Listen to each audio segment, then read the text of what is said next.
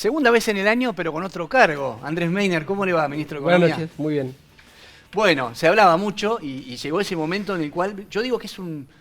A ver, este reacomodo de piezas del gobernador tiene que ver con una impronta, ¿no? Porque usted es un ministro de Economía que no es un especialista en números como conocemos esos perfiles técnicos. Usted es, y en el buen sentido de la palabra, un político, básicamente. A ver, primero, honrado porque el gobernador se ha fijado en mi persona en ser parte de este segundo semestre con un gabinete mucho más político, con una construcción política, y en el caso de la economía también la gestión y la indicación del gobernador es estar mucho más cerca de los intendentes, mucho más cerca de la gestión diaria, que es lo que faltaba desde el punto de vista de la economía, y la economía no deja de ser política. Ese es el concepto que nosotros siempre le explicamos al gobernador, que la información y el conocimiento es vital para tomar decisiones políticas, y esa es un poco la indicación y la gestión que nos ha dado el gobernador en este segundo semestre, no solamente desde el punto de vista del Ministerio de Economía, sino también con la incorporación de Florencia Papayani en el Ministerio de Desarrollo Humano, Laura Mirantes en el Ministerio de Producción y el doctor Victoriano Parodi en el Ministerio de Gobierno, la incorporación en este caso de figuras con peso político propio y jóvenes en la política, en el caso de Victoriano con 32 años, una persona preparada, muy joven, una cara nueva. Yo le hice saber al gobernador que quizás el hándicap más importante desde el punto de vista político del doctor Parodi es tener 32 años y estar preparado para ser, en este caso, el ministro político de una gestión nueva y de jóvenes que son parte de la política ya nacional, como es el gobernador Torres con 36 años. Bueno, yo creo que es muy importante sumar en este caso en un gabinete provincial a personas jóvenes. Un mix de jóvenes, de experiencia. Con una impronta, y en este caso que hoy somos los ministros quizás más grandes, con más experiencia, que tengamos la posibilidad, en este caso del doctor Parodi, moldear desde el punto de vista administrativo, de ver y qué es lo que quiere el gobernador desde los ministros más jóvenes. Bueno, esa es la tarea y ese es el desafío en este segundo semestre del año. Bueno, en eso del desafío, o en la nueva etapa, porque el mismo Torres habló de empieza una nueva etapa. A ver, yo hago esta lectura, pero usted corríjame a ver si es así o lo analizamos juntos. Como que la primera etapa, la primera mitad del año, ordenar lo recibido. Este tema de las cuentas, lo que se llamó la bomba financiera, que dijo fue desactivada, es como que están más tranquilos en cuanto a cómo están hoy las cuentas de la provincia. Ahora hay que dar un salto de gestión, me parece. La realidad es que el gobernador no tuvo la posibilidad de recibir una provincia con beneficio inventario. El inicio de gestión vino un paquete y cuando uno empieza a desarmar ese paquete, obviamente lo que encuentran principalmente son deudas. Y como bien vos decías, había un esquema financiero que era en el primer semestre la tarea de desactivarlo y también con acciones secundarias. En este caso, quizás la tarea más importante del Ministerio de Gobierno fue la relación con los gremios para tratar de explicar cuál es la situación y qué es lo que podía la provincia, en este caso, paritar para tener un esquema salarial uniforme entre los ingresos y los egresos. Perdón, lo interrumpo ahí, porque ahora lo sigo, pero me parece importante en este punto. Es una tarea que usted se lleva, que usted arrastra, porque esa tarea usted la hacía en gobierno y la va a seguir haciendo en economía. Sí, la realidad es esa. O sea, sigue siendo usted el hombre de gobierno para el nexo con los gremios. Nosotros seguimos con esa tarea de relación, en este caso paritaria, con cada una de las entidades gremiales, pero aquí lo más importante es que la decisión política del gobernador, en este caso fue, a diferencia del gobierno nacional, es no despedir a ningún trabajador provincial. Si en este caso la consecuencia de ese mantenimiento de los puestos laborales es ofrecer un porcentaje menos en una paritaria, nosotros lo hemos hecho, se lo hemos explicado a las entidades gremiales, que en este caso fue mantener los puestos de trabajo, quizás con una menor porcentaje de incremento salarial, pero la realidad es que ese resultado se ve hoy con una provincia funcionando al 100%, con entidades gremiales colaborando con el gobernador en esta etapa y en esta segunda etapa también, corrigiendo asimetrías salariales, porque la realidad que nos encontramos eran organismos donde los rangos más altos y los funcionarios tenían sueldos muy importantes y los trabajadores sueldos muy malos. Entonces tratar de equilibrar esas asimetrías en el mes de abril y ahora en el mes de agosto va a ser la segunda etapa, va a ser una tarea que nosotros nos hemos encomendado con los gremios, y luego sí paritar en 2 bloques, septiembre y octubre, noviembre y diciembre, así finalizar el año. Eso es la instrucción que tenemos del gobernador, y eso es lo que estamos charlando no solamente con los gremios, sino también con cada uno de los ministros y secretarios del Poder Ejecutivo. Bueno, no iba a pensar por acá la charla, pero ya que dio, vamos a seguirla, porque hay muchísimos temas. Pero esas asimetrías de las que usted habla, se notan dentro del Ejecutivo, pero se notan mucho más fuera del Ejecutivo con otros poderes. El objetivo es eliminar esas asimetrías, porque está este tema de la independencia de los poderes, como diciendo, déjame que yo manejo mis números, vos no te metas en el mío. Usted es el Ejecutivo. La realidad, Pablo, es que esas asimetrías también se dan dentro de una ley de presupuesto. Nosotros hoy estamos trabajando con un presupuesto reconducido del 2023 de casi 1.432.000 millones de pesos. Estamos presentando seguramente en el transcurso de esta semana una ampliación presupuestaria para este último semestre de agosto a diciembre de casi 620.000 millones de pesos, casi el 42% del presupuesto reconducido, obviamente con una instrucción fundamentalmente de ser lo más austero posible en el caso de este último semestre, y en la elaboración de un presupuesto 2025 mucho más auspicioso desde el punto de vista de la obra pública. Y bueno, esa es la instrucción del gobernador Torres, y en ese sentido hoy estamos trabajando. Bien, entonces, ampliación presupuestaria que tiene que ver con actualizar los ingresos. Fundamentalmente, la ampliación presupuestaria son gastos corrientes, ¿sí?, que son fundamentalmente salarios, y inversiones de capital o gastos de capital, que es adquisición de bienes. Pero también en los otros poderes tiene su aumento presupuestario, y esto no quiere decir que tanto el Poder Legislativo como el Poder Judicial tengan una autarquía financiera, si no va a estar enmarcada dentro de ese presupuesto. Si el incremento subpresupuestario son 10 pesos para el Poder Judicial o para el Poder Legislativo, va a estar dentro de ese aumento la discrecionalidad en el caso de las paritarias en cada uno de los poderes. Así nos pasa también en el Poder Ejecutivo. Por eso, pero volviendo a eso de la simetría, lo escuché hablar al gobernador del tema, por ejemplo, en el caso del Poder Judicial, del desenganche, de esta cuestión automática que existe con la Corte. Incluso a futuro una ley de autarquía. ¿Se va a trabajar en eso? Son dos aspectos de análisis que el gobierno nos ha encomendado. Nosotros ya estamos trabajando con el equipo del Ministerio de Economía en las dos situaciones, fundamentalmente en la posibilidad de la ley de autarquía del Poder Judicial, que es una decisión política muy importante. Seguramente con la... Que se amagó varias veces y nunca se terminó de... Seguramente con la jura del doctor Raidán en el Superior Tribunal, esa relación institucional se va a aceitar y vamos a poder trabajar en una decisión política institucional, porque la autarquía, si bien, como bien vos decías, es un proyecto que se trabajó durante muchísimos años, tiene sus desventajas y sus desventajas.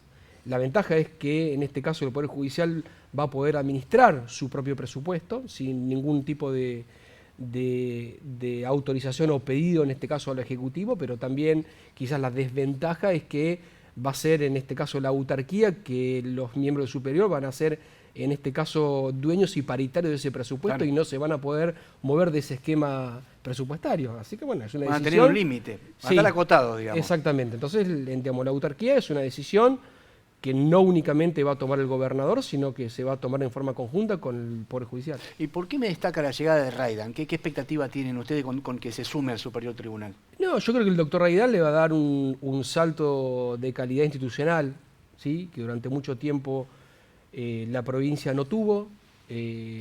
Creemos que nosotros, además de la función netamente jurisdiccional, va a tener una buena relación no solamente con el Ejecutivo, sino también con el Poder Legislativo, que es lo que estaba faltando desde el punto de vista, en este caso, político. Bueno, esperemos que a partir del mes de agosto, con la jura del doctor Raidán, se pueda volver a profundizar este tipo de relación. Bien. Bueno, tiene una cantidad de temas, pero voy tratando de que no quede todo descolgado, sino todo el hilo. Me dijo la ampliación presupuestaria, que es un muy buen título que me acaba de anticipar, porque esto hasta acá no se sabía, por 620.000 millones, y de la mano de lo que ustedes están ordenando y la cuestión paritaria y salarial, no puedo dejar lo que va a tratar la legislatura el viernes, que está esta cuestión judicializada con la policía. Se sabe que por un lado hay una cuestión de un déficit importante, por ejemplo, con todos los policías retirados, que eso es un tema para charlar también, pero por el otro hay una mala liquidación reconocida, ganada en varias instancias y que estaba esa espada de Damocles de decir, bueno, te vamos a ejecutar las cuentas y ahora van a llegar a una ley con un acuerdo de pago. Sí, acá hubo un excelente trabajo del fiscal de Estado de la provincia, el doctor Andrés Giacomone, donde nos planteó, en este caso a mí como ministro de Gobierno en su momento y al gobernador, de esta situación, en este caso el reconocimiento a miembros de las fuerzas de seguridad de malas liquidaciones de años anteriores que obligaron, en este caso a los trabajadores policiales, a hacer los reclamos judiciales correspondientes. En muchos casos tuvieron sentencia favorable, pero la decisión política, en este caso del gobernador y el ministro de Seguridad, el doctor Héctor Iturrioz, fue cumplir con esas sentencias, presentar una ley, que es el instrumento legal que nos posibilita a nosotros poder pagar, en este caso, esas malas liquidaciones, y es una erogación importante, son casi 2.500, 2.600 millones de pesos, que la intención, una vez sancionada la ley, es poder cancelarlo durante el transcurso de este semestre. ¿Va a ser en etapas, en cuotas? Puede ser en etapas, depende de la situación presupuestaria, porque la fuente de imputación presupuestaria, la fuente así entonces, que son rentas generales, va a depender, en ese caso, del flujo de fondos que tenga la provincia, pero lo vamos a hacer en la menor cantidad de cuotas posible. Bien. Bueno, y para cerrar el tema salarial, capítulo por el que arrancamos, ¿han sido muy austeros? Uno no ve un salto, lógicamente, porque tampoco dan los recursos en cuanto a lo salarial, que diga, bueno, esta cuestión de empatarle a la inflación es difícil, pero de todos modos ha sido todo muy tranquilo. Son negociaciones que uno no los ve en un contexto, más allá de alguna convocatoria de algún gremio docente, de algún paro que no ha tenido gran acatamiento. Acá, Pablo, hay que hacer una distinción entre el sector educativo y el resto de los sectores de la administración pública. El gobernador se comprometió en campaña y luego de asumir como gobernador el 9 de diciembre del 2023, de tener una política salarial distinta en un sector como el educativo, ¿sí? Ese fue el primer planteo que nosotros trasladamos a los gremios. El sector educativo ha tenido desde el mes de enero hasta hoy un incremento distinto, inclusive con la ley de profesionalidad docente del 15% al básico, que al día de hoy, con el mes de julio liquidado, llegamos casi a un aumento del 110-120% neto de bolsillo del trabajador. ¿Qué pasó en el mes, es decir, del trabajador docente con un cargo, que es el medio que toma el Consejo Federal de Educación de la Nación para establecer cuál es el mínimo del salario? Pero el resto de los gremios estatales han aceptado que haya una mirada diferente para el docente y tienen los hijos que van a las escuelas, creo que han entendido eso también, ¿no? Docentes y auxiliares, digamos. La primera decisión política fue tratar en el tema paritario al sector educativo como un solo sector. Conjunto, sector docente y el sector de auxiliares en una sola paritaria. Nosotros recibimos en el mes de diciembre ese salario mínimo de docente con un cargo de 216.854 pesos neto de bolsillo. Hoy y a partir del mes de mayo, la decisión política del gobernador y con un trabajo muy fino y muy profundo del ministro de Educación, José Luis Punta, de llevar al mínimo garantizado, como tienen otras provincias, de 500.000 pesos neto de bolsillo. ¿Eso qué sucedió y cuál fue la consecuencia? Que la provincia del Chubut, después de mucho tiempo, salió del fondo compensador del Consejo Federal de Educación, es decir, que Nación le pague el saldo que faltaba para llegar al mínimo garantizado, que hoy son 380.000 pesos. De las 24 jurisdicciones... Encima estaba subejecutado en una parte del año pasado. Sí, es verdad. De las 24 jurisdicciones, la provincia del Chubut hoy se encuentra en el puesto número 10 desde el mes de mayo con el mínimo garantizado de 500.000 pesos.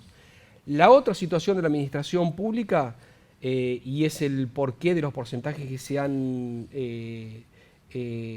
acordado con los gremios, fue, además del porcentaje al básico, y para también cumplimentar con esa baja de las asimetrías, fue elaborar sector por sector, porque las relaciones laborales son distintas en todos los sectores, y poder analizar antigüedades, zonas. En el caso, es muy importante en educación, que existía una disparidad entre la zona, que es una adicional que se pagaba entre zona norte y zona sur de la provincia.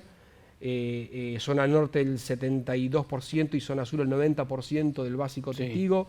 Nosotros lo hemos unificado al 100% en ambas regiones, y a partir del mes de julio ¿Me puedo detener? Sí, ahora cobran todos igual. O sea, hay una mirada política ahí. En su momento se le reconocía a que dentro de la provincia había una zona específica que cobraba un 20% más de zona patagónica, y eso que no sé si fue del gobierno de Bussi, si no recuerdo mal, y ahora ustedes dicen, no, la misma provincia del Chubut, los docentes tienen que cobrar lo mismo en toda la provincia. Exacto. Y le subieron igual el adicional. Y del 90% y del 72% lo llevamos al 100% en ambos conceptos y unificamos zona. ¿Qué le representó eso en este caso al Ministerio de Educación, a la provincia?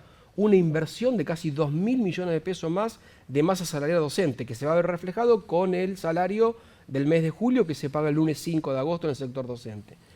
Por eso nosotros, digamos, no entendemos en este caso con algún gremio docente el haber decretado días de paro cuando las paritarias mes a mes se siguen trabajando, siguen abiertas, nunca cerramos una paritaria y el trabajador docente y auxiliar sabe que mes a mes el salario se viene incrementando. ¿Es lo óptimo que uno como funcionario pretende? No, obviamente que no, que nosotros sabemos que todavía falta trabajar en la progresividad del salario que nos encomendó el gobernador y que seguro en este segundo semestre lo vamos a hacer. ¿Pero ustedes creen que hay un reconocimiento de los docentes porque no están adhiriendo? No, ¿O es la ley que sacaron que dice que si vos faltás varias veces en el mes no cobrás el plus? No, yo creo que el trabajador docente y el no docente ven reflejado en su recibo de sueldo mes a mes cuál es el esfuerzo del gobierno y que todos los meses hay un aumento.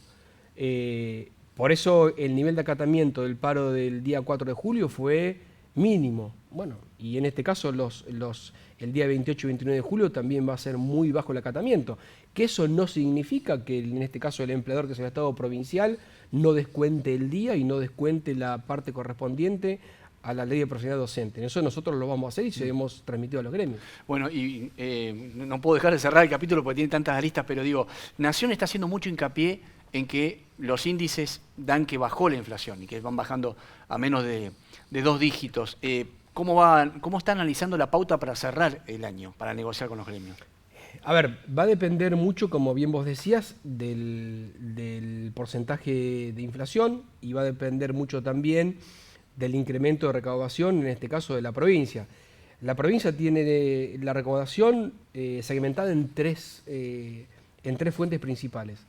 La primera fuente son regalías, uno bien sabe que está atado al valor, en este caso del petróleo fundamentalmente, que es el mayor ingreso, y también al valor del tipo de cambio del dólar oficial, es una cuestión. La segunda cuestión son ingresos propios de la provincia y el tercer tercio es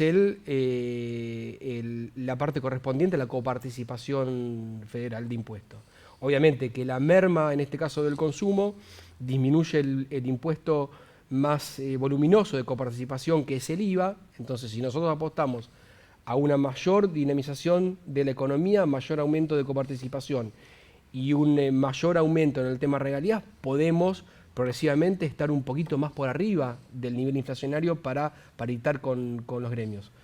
Respecto de los otros sectores públicos de la administración, hemos tomado la decisión de poder paritar o acordar con algunos sectores en particular que venían muy bajos. En este caso, en el mes de agosto, sabemos que en el Ministerio de Desarrollo Humano, y así lo ha manifestado la ministra Florencia Papayeni, hay un sector que viene muy bajo desde el punto de vista salarial y estamos trabajando para esa recomposición, al igual que el Instituto Provincial de la Vivienda es otro sector que venía con algunos reclamos. O sea, volvemos a lo de la asimetría. Están mirando los sectores que están más bajos, exactamente. Que son los que van a recibir.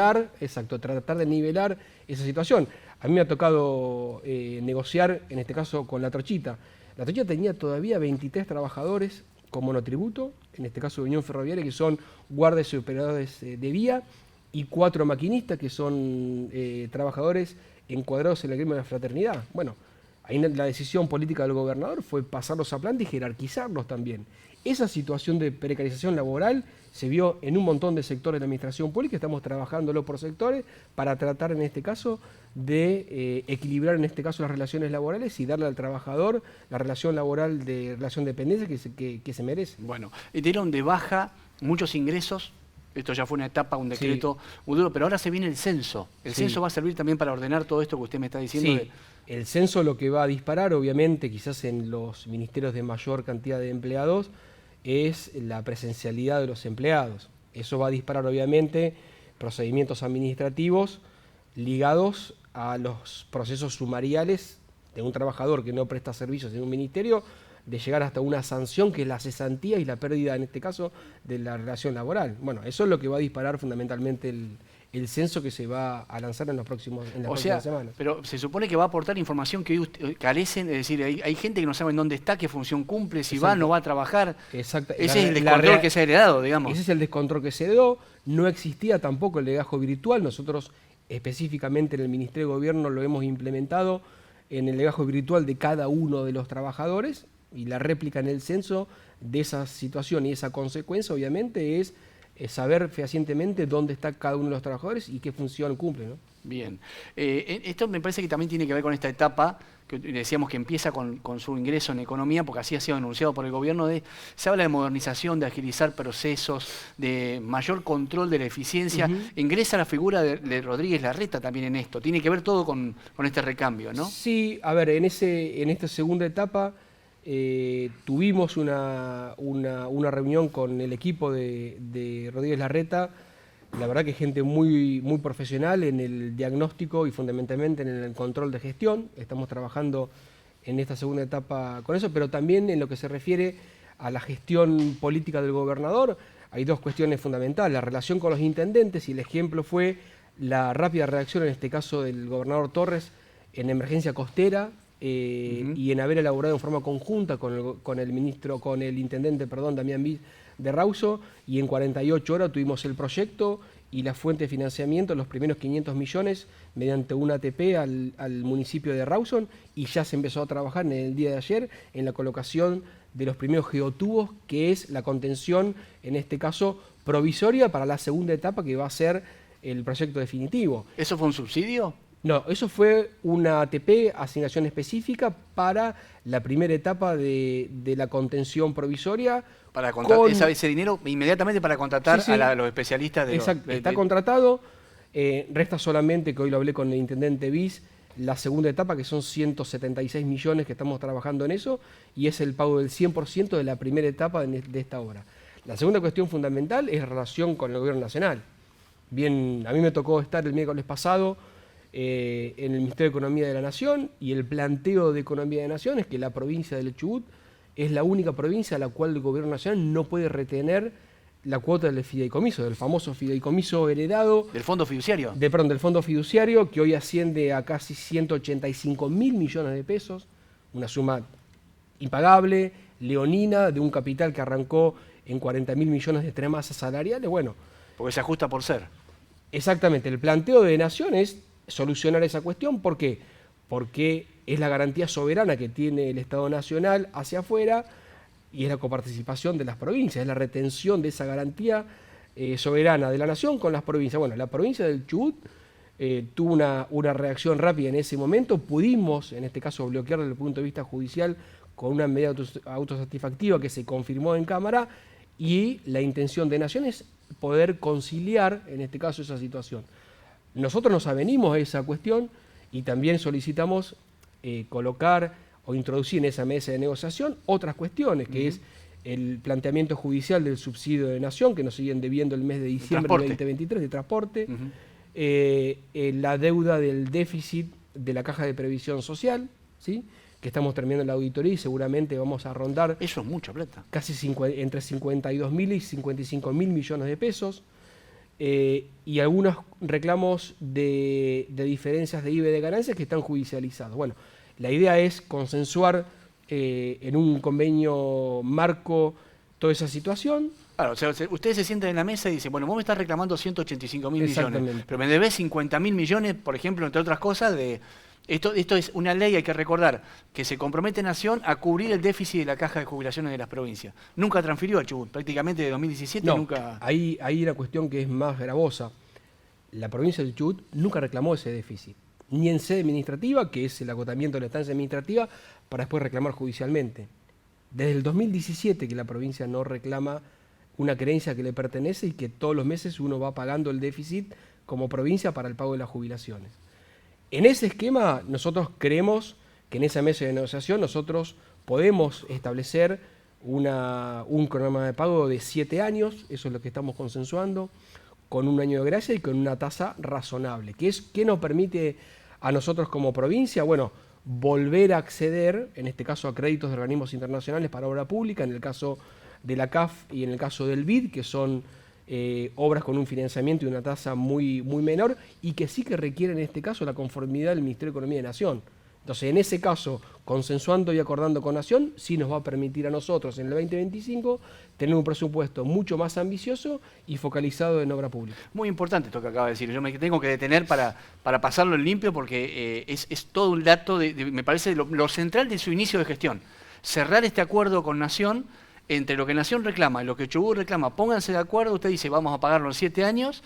Si cierran eso, pueden acceder a fuentes de financiamiento que hoy la provincia tiene vedadas. Siempre, desde el punto de vista legal e institucional, uno como provincia para salir a un crédito internacional requiere la garantía soberana del Ministerio de Economía de Nación.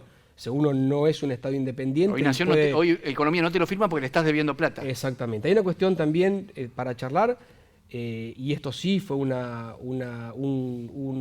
cuestión importantísima que planteó el gobernador, y es poder, respecto del número que se llegue para consensuar, poder compensar la deuda que se acuerde con obras.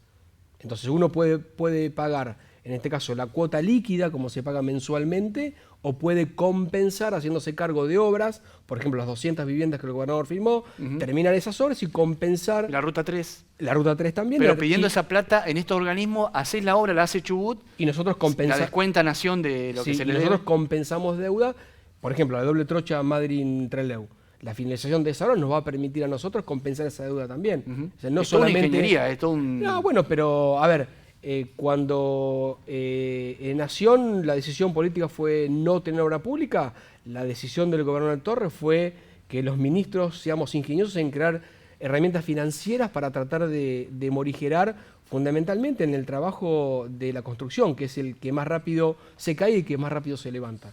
Prueba de ello es la puesta en vigencia nuevamente del Fideicomiso Chubut y tratar de colocar obras donde el agente financiero es el banco y donde en este caso la provincia es accionista del banco. Bueno, ese esquema funcionó, comenzamos con Trelew, estamos con 26 viviendas de Luz y Fuerza en Madryn, estamos terminando de analizar 11 viviendas en Esquel y 26 viviendas también del Sindicato de Trabajadores Viales de la provincia. Entonces, un esquema que va a funcionar y que va por fuera del IPB, pero es una cuestión que genera trabajo en la ciudad. Entre las obras que ustedes tienen en carpeta, si logran este acuerdo con Nación y acceden a fuentes de crédito, está también toda la circunvalación de Comodoro en la Ruta 37. La 37. Es así. Bueno, importante, por eso lo quería remarcar, porque es una de las obras más esperadas. Ahora, vuelvo a lo del déficit y la caja de jubilaciones. Ahí estamos viendo muchas medidas que está tomando la intervención, ahora va a haber elecciones en cero, se va a normalizar el instituto. Bueno, están tomando muchas medidas de auditorías con los médicos, con los prestadores, etcétera, etcétera.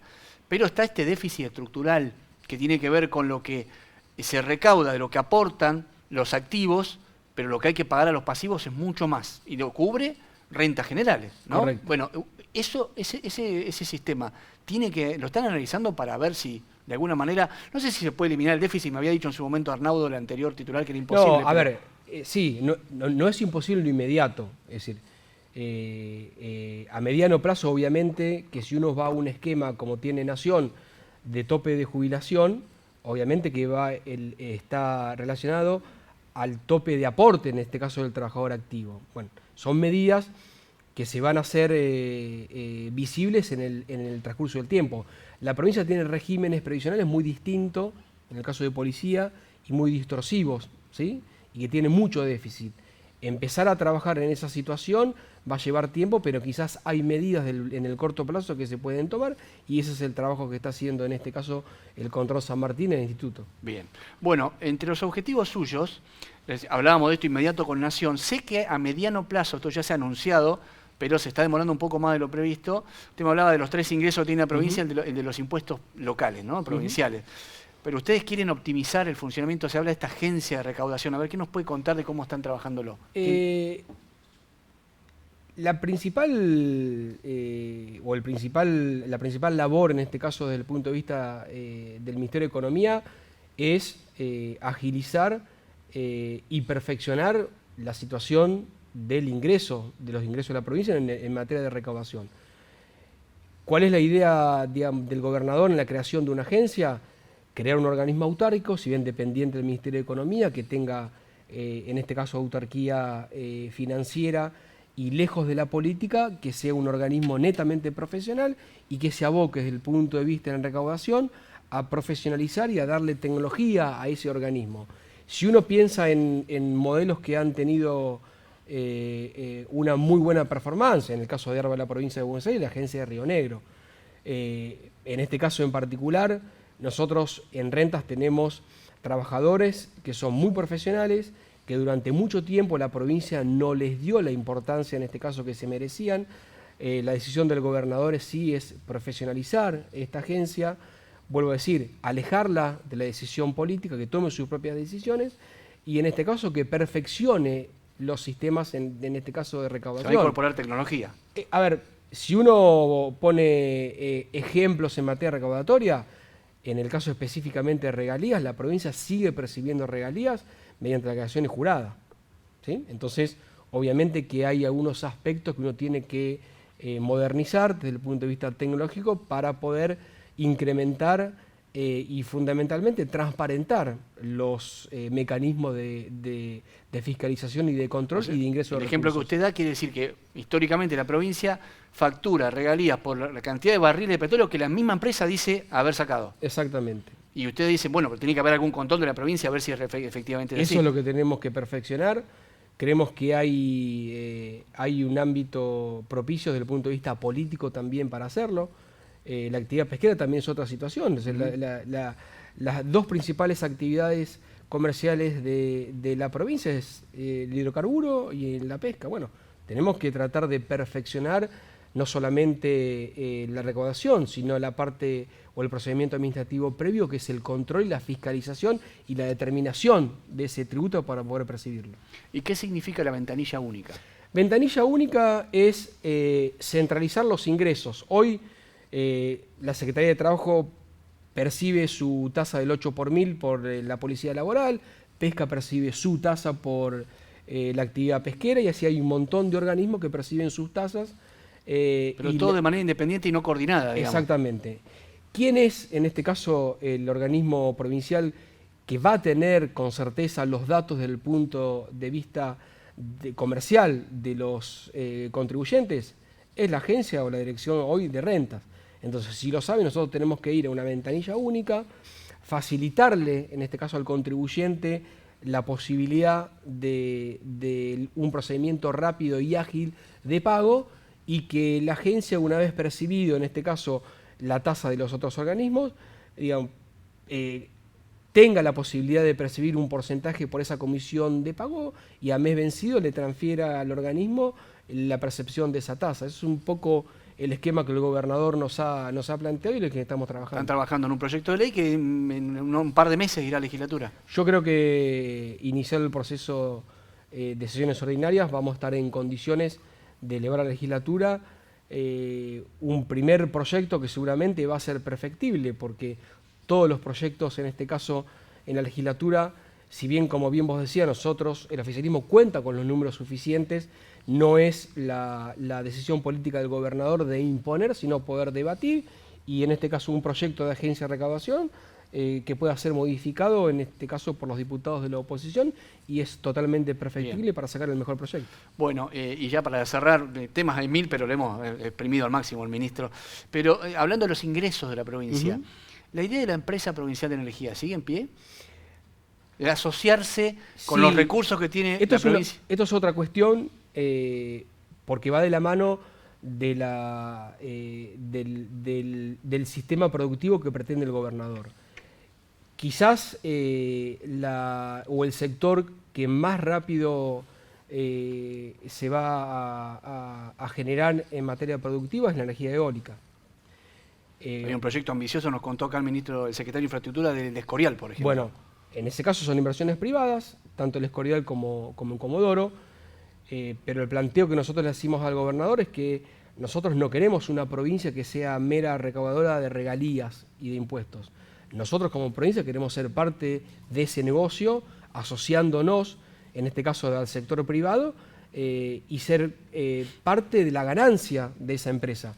¿Cuál es el instrumento legal que nosotros necesitamos para ser en este caso asociarnos a un privado, es una empresa estatal, es una sociedad anónima, no es otra. Eso es un poco... No sociedad de el mayoría concepto. estatal, es sociedad anónima. Exacto, son sociedades anónimas donde el Estado tenga la mayoría accionaria, el Estado provincial, y tengamos la posibilidad de compartir la ganancia y no solamente percibir una mera regalía. Es lo que sería, por ejemplo, la idea, si se lleva adelante lo que ha planteado en la justicia Torres con el tema, por ejemplo, de las hidroeléctricas. Es muy Es decir, parecido. Son sociedades anónimas, es muy producen parecido. energía, pero la provincia la ve pasar hoy por hoy. Exactamente. Nosotros, en materia hidroeléctrica, la provincia percibe un canon hidroeléctrico, una regalía hidroeléctrica, que en el caso de los ingresos no nos mueve el amperímetro, esta es la realidad, y nosotros como provincia pretendemos ser parte, porque el recurso es provincial. Nosotros lo que tenemos que hacer valer es el recurso, que constitucionalmente es de la provincia. Bien, ministro, gracias. Ha No, sido gusto, muy amable. Muchos títulos, la verdad es que muchos títulos ha dejado la nota. Y bueno, y seguiremos convocándolo. Capaz que de acá a fin de año, porque hay que ir haciendo un seguimiento de todo esto. Con todo gusto. Gracias por haber venido. Por favor.